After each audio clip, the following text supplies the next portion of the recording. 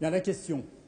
La physique, est-ce qu'elle est la même sur le manège ou sur le sol à l'extérieur? En termes clairs, si l'on fait une expérience, est-ce qu'elle se déroule de la même manière? Si on observe un phénomène, est-ce qu'il a la même évolution?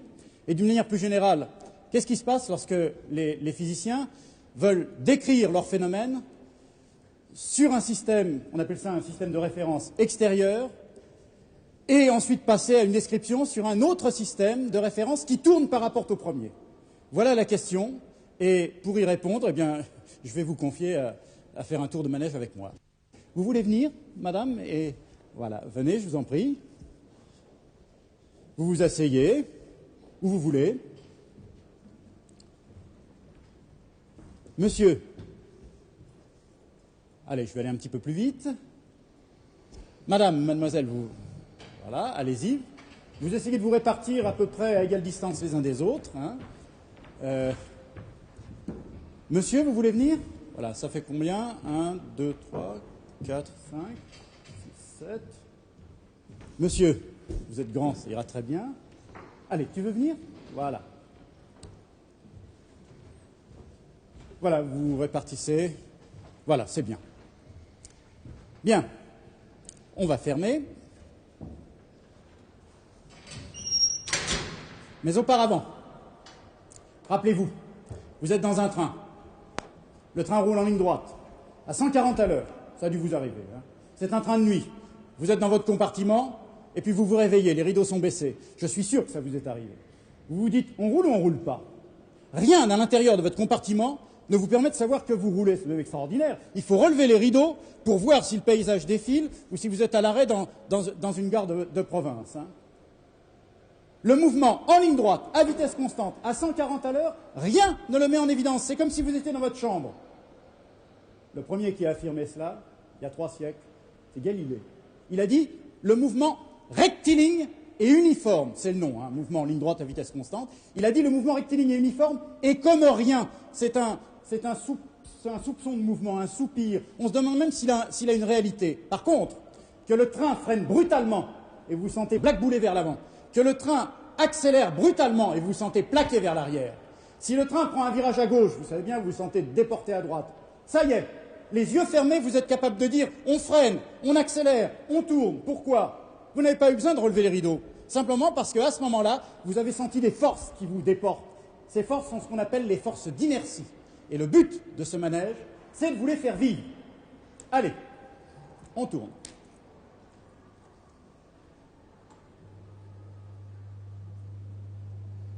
On accélère.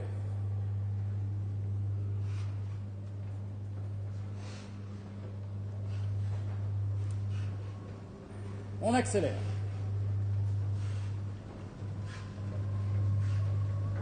On accélère toujours. On va tourner à une vitesse maximale de 10 tours à la minute.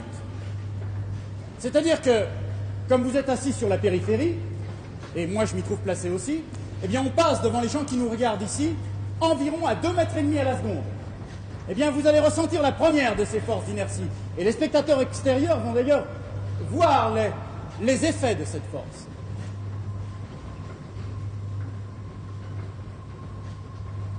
Monsieur, vous et vous seulement. Debout. Allez, on s'arrache. Allez, on s'arrache. Allez, on s'arrache. Allez, monsieur, je peux peut-être vous aider? Allez. Les 2 pieds parallèles et les mains dans le dos, s'il vous plaît. Les mains dans... Monsieur, venez avec nous. Les mains... Cherchez une position d'équilibre. Les mains dans le dos. Mademoiselle, allez. On se lève, on se lève. On se lève, on se lâche. Je vous aide aussi. Les mains dans le dos. Debout. C'est bien. Madame, debout. Allez, allez, les mains dans le dos, les mains dans le dos, les mains dans le dos. Allez, tu te lèves. Allez, voilà. Ça y est. Bon, ils ont dû se battre pour se lever contre cette force qui les plaque contre le fond du siège. La force d'inertie centrifuge. Vous connaissez tous et toutes le nom. Bon, mais maintenant, dites-moi, normalement, quand on se tient debout, eh bien, on se tient vertical. Qu'est-ce que c'est que cette position? Allez, tenez-vous vertical, vertical, vertical. Non, mettez-vous. Ah, ça tient pas. Asseyez-vous avec grâce, élégance et distinction, s'il vous plaît. Allez, asseyez-vous. C'est gracieux. Une petite pause. La force centrifuge, la première de ces forces d'inertie.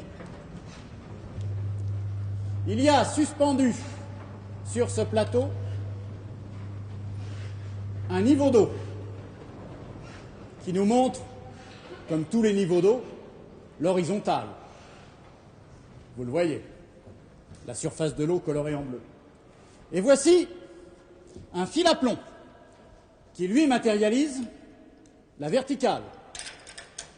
D'ailleurs, on peut vérifier, le contraire serait surprenant, que la surface de l'eau prolongée jusqu'au fil forme un angle droit, bien sûr. On tourne.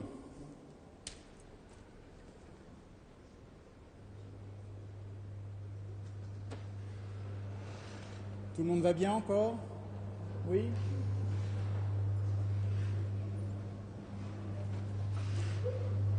On ne peut plus se fier à rien du tout. Regardez-moi la surface de l'eau. Elle nous montre n'importe quoi. Non, ce n'est pas n'importe quoi. C'est un arc de parabole. Et regardez le fil à plomb qui est en train de s'incliner vers l'extérieur au fur et à mesure que la vitesse de rotation augmente. Il est incliné de près de 25 degrés vers l'extérieur. Enfin, la pesanteur n'a pas changé. Elle est toujours dirigée verticalement. Eh bien, il matérialise une pesanteur apparente oblique, celui-ci. Et d'ailleurs, je veux vous faire remarquer que si moi je veux me tenir debout, stable, tranquille, regardez l'orientation de mon corps, la même pour moi comme pour lui, maintenant la pesanteur elle est oblique. Mais les spectateurs extérieurs vont me dire, mais non, la pesanteur elle est toujours par là, vers le centre de la Terre. Oui, mais nous qui sommes sur le plateau, nous subissons notre poids qui est bien vertical, mais nous subissons aussi cette force qui nous tire par la ceinture, la force d'inertie centrifuge. Et tout naturellement, on se place selon la diagonale, la résultante, comme disent les physiciens. Une pause.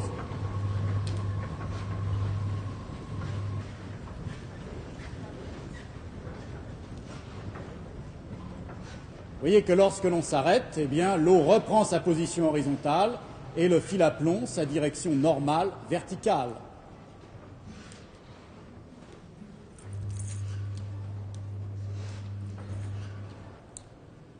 Eh bien, il y a un problème. Cette force centrifuge, elle n'existe pas. C'est extraordinaire parce que vous l'avez senti. Moi aussi, je l'ai senti. Mais ce n'est pas une raison. Pour les observateurs extérieurs, cette force centrifuge n'existe pas. Il n'y a pas de force qui vous plaque contre le fond du siège.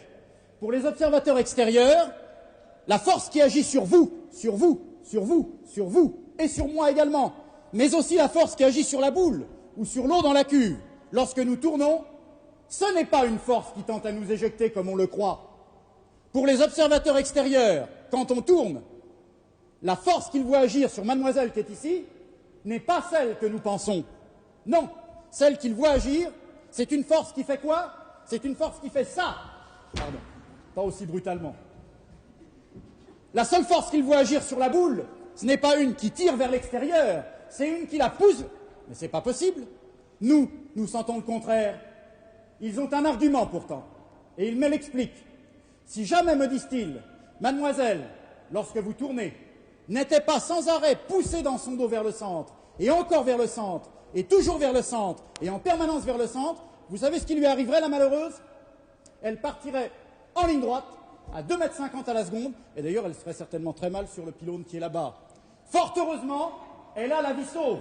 Pourquoi? Parce qu'il y a un objet qui, sans qu'elle s'en rende compte, alors qu'elle a envie de filer tout droit, vient à la rencontre de son dos et la renvoie vers le centre, et toujours vers le centre, et la force en quelque sorte à prendre le virage malgré elle.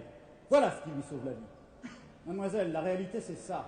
Il y a un objet qui vient à la rencontre de votre dos sans que vous vous en rendiez compte et qui va vous pousser vers le centre et qui vous sauve la vie. Est-ce que je peux me permettre de vous demander, mais je peux le demander également à d'autres personnes, Quel est cet objet? Non. C'est le banc. La réalité, c'est ça. Lorsque nous tournons, alors que nous aurions envie de filer tout droit, c'est lui qui vient à la rencontre de notre dos et qui nous renvoie par là, et encore par là, et toujours par là. La seule force qui agit sur nous, elle est dirigée vers le centre. Eux en ont une claire notion, et ils l'appellent la force centripète. Mais nous qui sommes assis dans le manège, et la preuve vient d'en être donnée, on est incapable de se rendre compte de ça. On est incapable de voir que c'est le banc qui vient nous pousser vers le centre. Et on se met à tout comprendre à l'envers. On croit que c'est nous qui appuyons sur lui, alors que c'est lui qui nous renvoie vers le centre. On invente une force. Pour eux qui ont le juste point de vue, elle n'existe pas. La force centrifuge, nous l'inventons que parce que nous sommes des mauvais observateurs qui sont situés sur ce plateau en train de tourner et qui n'avons pas une juste vision de la réalité. Ce sont eux qui ont la juste vision de la réalité. On les appelle des observateurs galiléens. Et nous, nous ne le sommes pas. Nous sommes dans un système dans lequel s'introduisent ces forces bizarres qu'on appelle les forces d'inertie, dont on ne voit pas l'origine d'ailleurs. C'est normal, elles n'existent pas. C'est ce que les physiciens appellent des forces fictives. Alors, la force centrifuge n'existe pas, mais qu'est-ce qu'on la sent bien?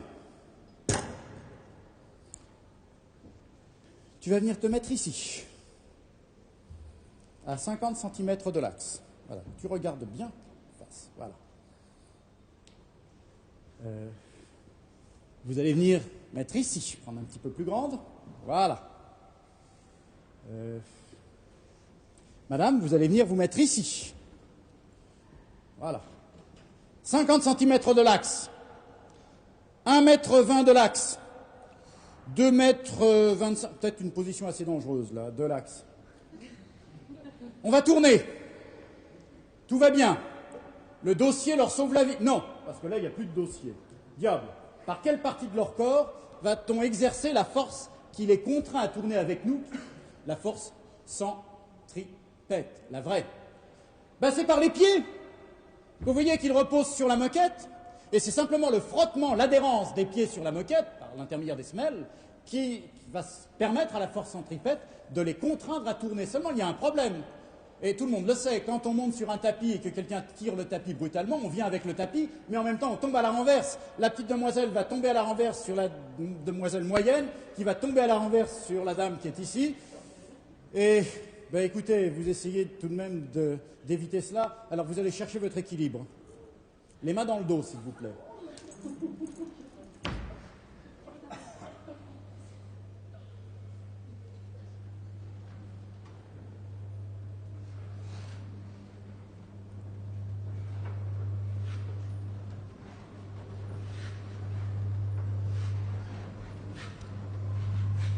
Comment faire? Sachant que la force centrifuge que nous ressentons, bien qu'elle n'existe pas, tente à faire basculer vers l'arrière, et bien tout naturellement se pencher vers l'avant. Et quand on trouve son équilibre spontané, l'inclinaison, regardez l'inclinaison des trois corps, beaucoup moins marquée pour la première petite demoiselle en noir, davantage pour la seconde, et bien plus grande encore pour madame qui est à l'extérieur. Interprétation pour nous qui sommes sur le manège. Si madame s'incline beaucoup plus que la première demoiselle, c'est certainement parce qu'elle se sent tirée par la force d'inertie centrifuge vers l'extérieur beaucoup plus fortement. Interprétation pour les physiciens du dehors. Si madame se penche davantage, c'est parce que la force centripète qu'on doit appliquer au niveau de ses pieds vers le centre est certainement plus importante que celle qu'on doit exercer pour contraindre la demoiselle en noir à tourner. Et donc, pour résister au basculement, madame s'incline davantage. Voilà la véritable interprétation. Madame, vous allez garder cette inclinaison, s'il vous plaît. Vous ne vous redressez plus. Quoi qu'il arrive, et quoi qu'il en coûte, vous ne vous redressez plus. Je vais arrêter le plateau. Vous devinez la suite? Allez, restez penchés. Ne vous redressez plus, quoi qu'il en coûte. Allez, si, je ne vais pas vous demander de tomber. Voilà, vous êtes très aimable. Merci. Ne bougez pas avant l'arrêt complet. Voilà, vous pouvez vous asseoir. Merci. Bon, c'était déjà pas facile de tenir debout sur le plateau lorsqu'il tourne à cause de cette force que nous ressentons, la force centrifuge. C'était pas facile, d'autant moins facile que l'on était plus loin de l'axe. Mais maintenant, la seconde de ces forces d'inertie, je vais avoir une exigence supplémentaire. Je vais demander à l'un ou l'une d'entre vous, on va choisir une dame d'ailleurs, de bien vouloir traverser le plateau lorsqu'il tourne. C'est pas triste, hein. Supposez que je traverse le plateau selon un diamètre et je marche normalement.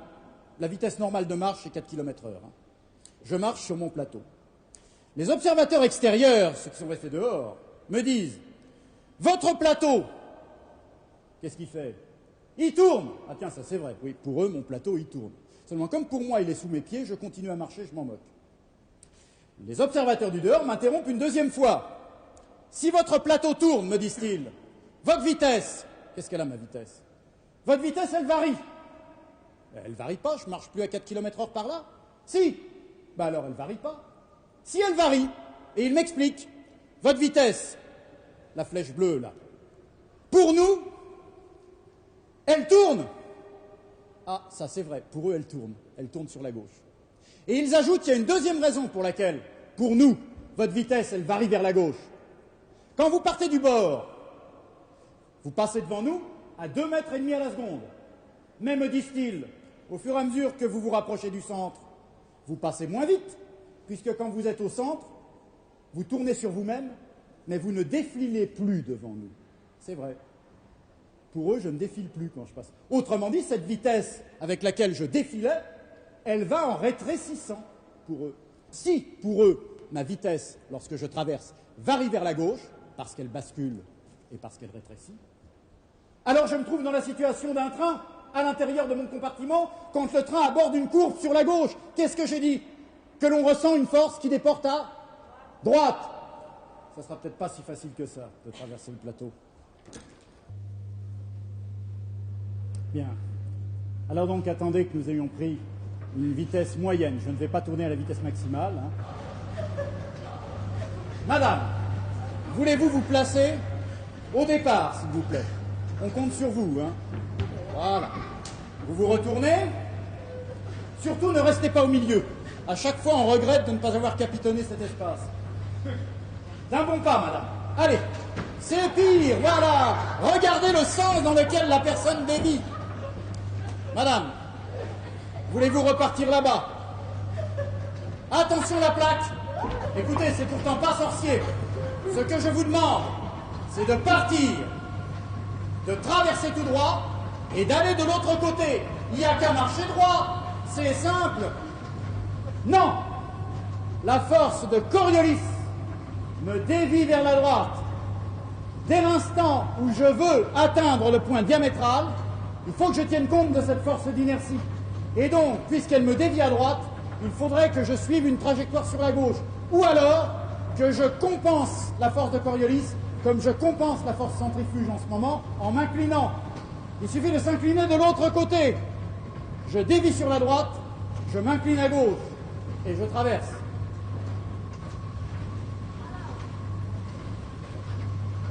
C'est simple. Une pause. Tout le monde va bien? On va jouer encore avec cette force de Coriolis. On va essayer de jouer à la balle. Qui n'a pas joué? Monsieur. Toi, tu n'as pas joué. Voilà. Monsieur. Allez. Vous allez jouer avec moi, pas tous en même temps. Hein. Vous me lancez la balle. Ah, mais attendez. Gentiment. Montrez-moi ce que c'est. Je lance... Voilà, à hauteur de main, pour que je puisse l'attraper. Hein. Bien. Réfléchissez. Réfléchissez à ce que pourrait bien être le mouvement de la balle une fois qu'on va tourner et tirez-en les conséquences pour que nous puissions tout de même jouer un peu. Alors, je vous en supplie, ne me lancez pas les 4 balles en même temps. Hein. On attend d'avoir pris la vitesse maximale.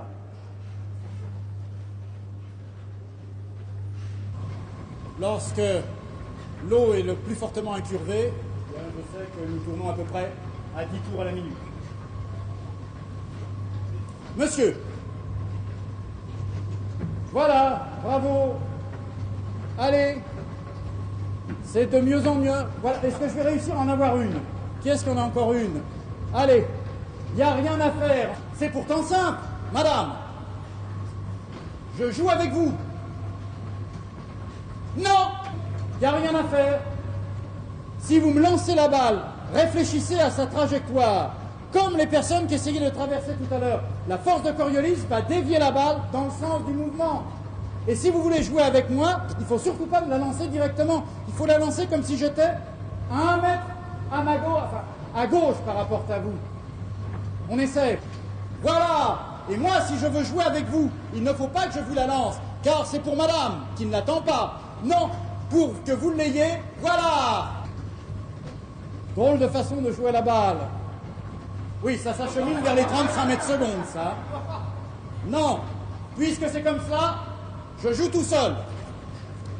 Je vous demande de rentrer un peu vos pieds, s'il vous plaît, et surtout de la laisser passer. Regardez ce que l'on peut faire avec la force de Coriolis. Je vais demander d'abord aux occupants du manège quelle est la forme de la trajectoire de la balle. Pour nous, c'était un rond, un cercle. Et je vais demander aux personnes qui étaient ici ce qu'elles ont vu. Que faisait la balle par rapport à eux? Pratiquement, elle était pratiquement immobile par rapport à eux. Pratiquement, elle n'a pas... J'ai réussi, en passant devant eux, à donner à la balle une vitesse exactement égale et opposée à celle à laquelle nous tournons. Et donc, pour eux, la balle était pratiquement immobile. Voyez l'importance de ce qu'on appelle le système de référence pour décrire la physique.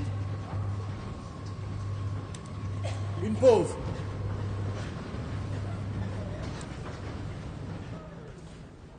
Cette force de Coriolis, elle intervient dans un dernier exemple. Je vais vous demander un nom, un lieu, une date. Un pendule, une flèche en dessous, on tourne. On tourne à vitesse lente. Regardez.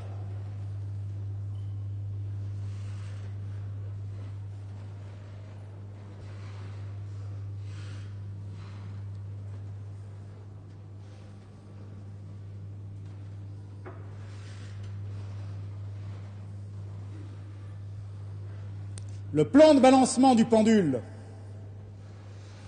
pour nous, paraît tourner sur le sol. Si on demandait aux personnes qui sont là-bas ce qu'elles en pensent, toujours pareil, le plan de balancement pour eux reste toujours parallèle à la direction initiale. C'est pas le plan de balancement du pendule qui tourne. Ils ont le bon point de vue. C'est nous qui tournons en dessous. Transposer ceci à plus grande échelle.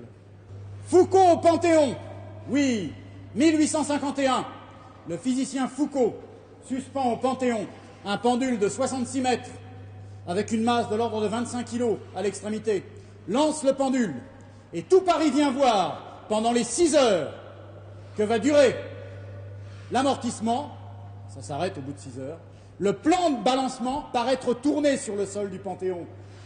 Bien évidemment comme ici, c'est pas le plan de balancement du pendule qui tournait, mais comme ici, le plateau tourne en dessous. Au Panthéon, c'est le sol du Panthéon qui tournait sous le pendule, et avec lui, le sol de la montagne Sainte-Geneviève, de Paris, de la France et de la Terre entière. La première preuve directe de la rotation de la Terre vue de l'intérieur. Bien sûr qu'on savait que la Terre tournait, parce qu'on avait regardé à la fenêtre. Enfin, je veux dire par là qu'on avait regardé ce qu'on appelle le mouvement diurne des étoiles. Le pendule de Foucault.